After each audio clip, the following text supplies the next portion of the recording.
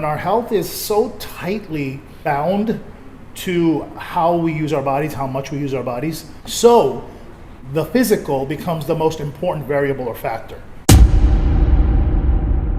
So I wanted to give a rundown of our training system and philosophy, because the thing that allows us to stand out, or the reason, I think we stand out, or the main differentiator that makes us different from the other training studios or gyms in town, is that we have a training system. A rundown of a few of those principles that we've used, or that I've used over the years to develop this philosophy, which I call fission fusion training, or fission fusion method. Okay, so the number one axiom is from a purely fitness perspective, or a socio-cultural perspective, about why or how fitness needs to be done. Okay, the number one thing is that we've created a society, as Dr. John Rady wrote in his book, that we've created a society which has engineered movement out of the equation, okay? And this divorced situation has allowed us, or fooled us into thinking that it's our food that is creating all of our metabolic issues, or all the obesity and all the fatness, all the overweight issues that we see all around us. Okay, so it's the main reason I developed the system in the way I did was because we know that if the body is not used, then you end up losing it. What you don't use, you lose. So we're losing our bodies, we're losing our health, and our health is so tightly bound to how we use our bodies, how much we use our bodies. So the physical becomes the most important variable or factor that we are trying to put back into people's lives, that we do put back into people's lives when they actually join our gym or our studio, or they start off on a fission fusion method. Okay, so that's the number one variable. The number two variable that we take into account would be diet. Okay, but diet, the way we view diet is different. Okay, so the diet has to fulfill the physical needs requirements that we have set up. Okay, so the magnitude, frequency, duration, three variables that we use to design programs. So how much physical exercise they need to be physically optimized, or to have optimal health, which is very different from the amount of exercise or type of frequency, magnitude of exercise that you would need to look really good. Okay, let's not talk about the latter. Let's talk about the first, the optimal health. So there's a certain amount of physical exercise and movement that you need, with certain amounts of frequencies and diversity that you need to have optimal health, which is the opposite of how the fitness industry works. The fitness industry always works diet first, then training. Okay, you get your diet first. How you eat is, you are what you eat, and all these kind of, to me, which are silly variables. Because your diet in and of itself, or anything you feed your body, if your body isn't physically active, that's just passive energy intake. Okay, it's input without direction to output. Okay, so we take care of the output part of the equation first, the training, the fitness, the work that you're going to do, then energy inputs. So the training is always designed first at our gym. The training is to me, the training is the key variable that will determine the outcome of the diet. Okay, so a lot of people then say, specific types of diets do this, specific types of diets do that. Listen, there's no evidence for any of that. Okay, I have multiple trainers, all on different types of diets, because they're from different countries, different places, different genetics. They all have different types of diets. You know what? They all pretty much get similar results when it comes to what they're trying to achieve. No one's standing out. No one's not standing out. No one's getting horrible results. No one's getting exceptional results. The diet doesn't really make any difference. I've never seen the diet make a difference in 20 years of training, guys. Okay, all I've seen make a difference is if you eat too little or too much of various foods. Because we do have a general idea culturally. We're born with this. We've been eating for hundreds of thousands of years. We kind of have an idea of what foods are, what a diet is. But exercise, this concentrated, allocated time frame and space, types of movements. Exercise is completely new. So exercise actually needs a lot more attention, a lot more attention to detail, a lot more planning, a lot more construction and design, because it's a new thing. Okay, in the past, we were, movement-based animals. We would be moving all day. We lived in a physical world. We had to use our bodies. Now, since we don't, and we're trying to put all of that physical work into like an hour time slot, 3 to 5 to 6 times a week, it has to be done very intelligently. Okay, but when it comes to food, all we have is an absolute abundance of it. So we're inundated with FEV, and it's extremely palatable. It's extremely addictive. Everyone overeats. And to combine that with us living in a non-physical world, and what happens, you see all sorts of obesity problems. You see all sorts of degenerative problems with the body, and you see all sorts of, people in constant pain. And I think this also, like I said, has a lot to do with soaring depression and soaring suicide, etc. like that. So that's what the Vision Fusion system is about. The main thing is that training is the bedrock. Training has to come first, because it is the thing that's missing. It's the gorilla in the room. We live in a non-physical world. No one uses their body anymore. So you go from not using your body at all to using your body, okay? And then everything else needs to follow that, because that is the key missing variable.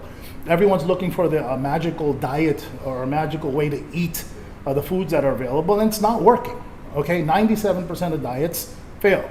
This is the research shows this to be true again and again and again. There's a reason they fail, because the core problem is definitely movement. We're fixated on diet because that's a second order issue. We think that, we really have been, I don't even know where this came from, but we have been definitely led to believe that, how we eat is how we look, and that's absolutely not true. How you move, okay, how you physically behave is gonna do more with how you phenotypically express yourself than your diet ever will. Okay, that's just not true. That's not the case, and we've seen it. So that's what Vision Fusion training is at its core about. Training first, diet second, and that's the system we promote and the system we believe in. And with that, I think I'm gonna answer a couple of questions I had one question right here from our coach, and then some more. So this was interesting, so I want to do a video on it. How do I tell if my hunger is real or if it is just my craving? This is so simple. Okay, hunger versus craving is really easy. Okay, if you're craving, okay, you're going to be very selective. Craving is very specific. It's for a certain thing or type of thing. Okay, hunger is not. Hunger is general. It's non-specific.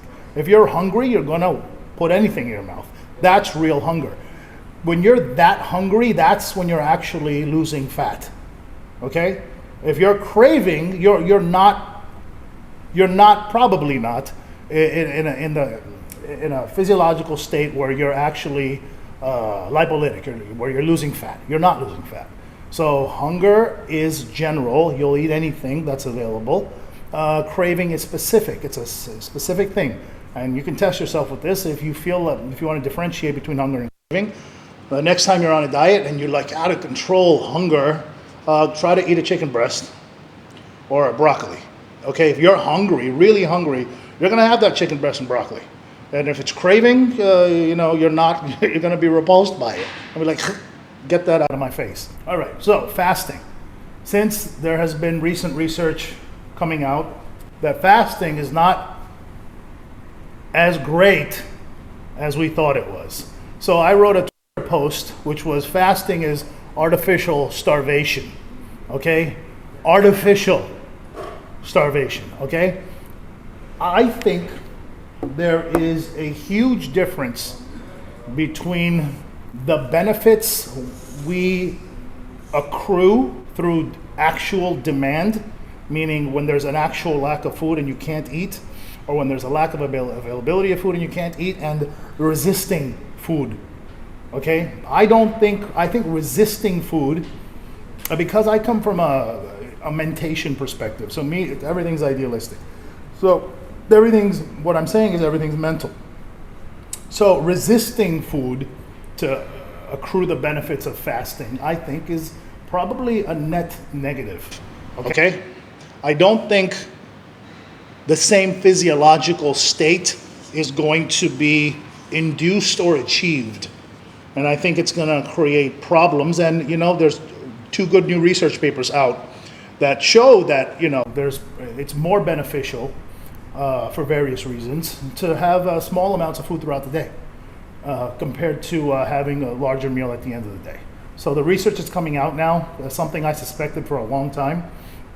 I think not having access to food and triggering some hormetic mechanisms is one thing, but having access to food and constantly having to resist it when it's right in front of your face is a very different psychophysiological state, which is not the same as it would be if there was an actual lack of food.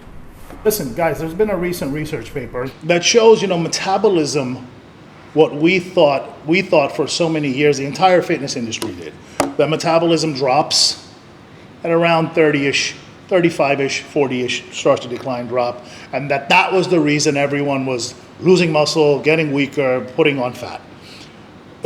The research conclusively shows this is not true. Metabolism drops way down in your 60s. Okay, so what's really been happening is that people have just either been getting lazy because of this information, or because they were getting lazy, this became information. Okay, this what we can call a myth, that there was a metabolic drop. There is no metabolic drop. Okay, it happens in your 60s. Okay, which means you can pretty much retain your fitness all the way to 60 for sure. Okay, now I'm not going to say you can do the same stuff or train the same way or eat the same way. I think every 10 years there's an accumulation of the work you've done in the past, okay, and that reorganizes the organism, which is you, in some way. So you have to train differently. Okay, what that means, probably you need help with. You should work with a coach to figure that out. It can be complex or simple, but the direction to take requires some tinkering and thinking. So I think that's what's been going on. I think everyone needs to be able to change how they train over time, year by year by year, decade by decade for sure. That doesn't mean you train in any way that is less, okay, qualitatively or quantitatively, but different. Okay, because you're accumulating the results of all the repetitions under all the load that you've done and the repetitions of daily living every 24 hours. Okay, you're changing as an organism. But what's not happening is that you're not declining as an organism. That's been negated. I have a real issue with personal trainers who have never had to lose weight, okay, that have never been fat. And this also includes many of my coaches over the years. I eventually get them to realize that they're making a fundamental mistake in understanding how difficult it is to lose weight for a client, because the average personal trainer or coach has always been lean, okay? 99% of your personal trainers out there, you guys that are listening too, you've never had a weight problem, okay? So the way you have this high-horsing, self-righteous attitude towards your clients about losing weight just being a matter of eating less or being able to control themselves is bullshit. Okay, and it's very easy for me to give you an idea of why you're full of shit when you say this to your clients. So I've had many trainers over the years who've naturally lean, muscular, blah blah blah. That's just, those are the guys that usually will get into this business. Okay, so if I tell them to go put on 10 kilos, they won't be able to do it. Okay, without using drugs, they won't be able to do it.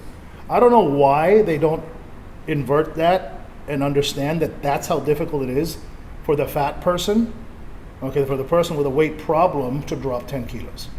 It's an equal amount of difficulty, okay? It's an equal amount of difficulty. And when it comes to, when I'm talking about psychophysiological difficulty, it's an equal amount of struggle on the body, okay? It's not any less, okay?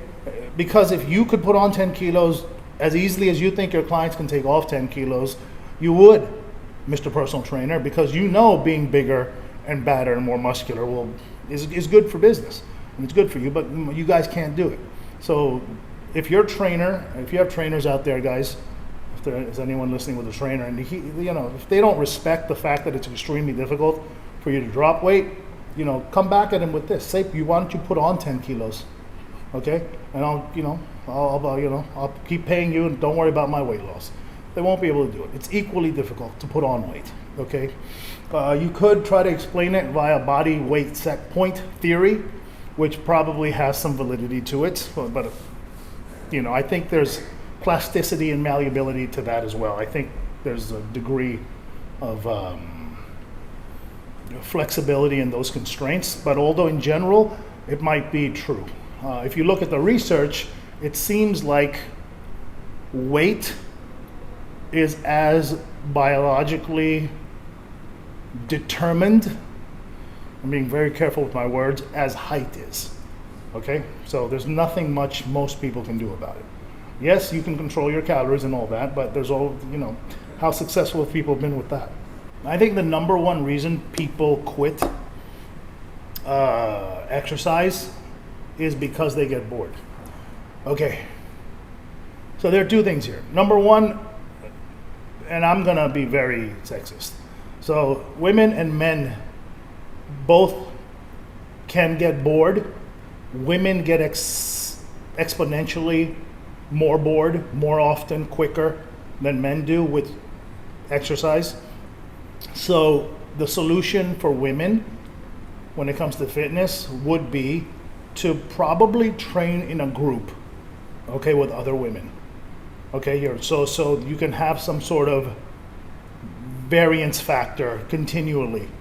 That kind of veils the consistency needed to execute fitness properly. Because fitness is all about dedicated consistency, which can be interpreted to be boring by the average person. But that's literally what it takes to get good at anything. You need to repeat, and eventually the thing that is repeating changes itself via the repetition, and then the repetition changes because the nature of the thing repeating has changed. But anyway, so for women, better off training in groups instead of asking your trainer or coach to constantly change the workouts, which is what most women end up doing when they're working with a coach or a trainer. Okay, it's a bad idea because constantly changing a workout means you never really get good at any of the movements. Okay, so stop doing that, ladies. Okay, for men, number one, most men don't. Okay, I think men get bored, if they do get bored, of weight training if they're not pushing themselves. So for men, the excitement is in the push. Okay, so men need to train very hard, and they need to have constant mini goals that can be procession to procession, month to month, year to year, cycle to cycle. Okay, so have some sort of goal, qualitative or quantitative, it doesn't matter, and aim for that goal. So men don't get bored as long as they have some sort of goal that they can attain, or if they're training hard enough, something, because for men, mostly for men, this can happen to women too, if they can push through that threshold in the beginning where you can turn your pain into pleasure. You start to enjoy the pain of effort, the struggle of effort, okay, which is way more enjoyable than pleasure in and of itself. The thing that is hard to achieve, or the pleasure that is hard to achieve, or the pleasure that is painful to achieve is more pleasurable. And this is neurobiologically and metaphorically true than is pleasure in and of itself, than directly going to the pleasure. Okay? But number one, if you're bored of exercise or training, sometimes, and this is rare, sometimes it's because you hired the wrong coaches or coach. At our gym, at my gym, at this gym, boredom is one of the things we are actively working against. We really don't let it happen. For more info, visit www.richandfit.com.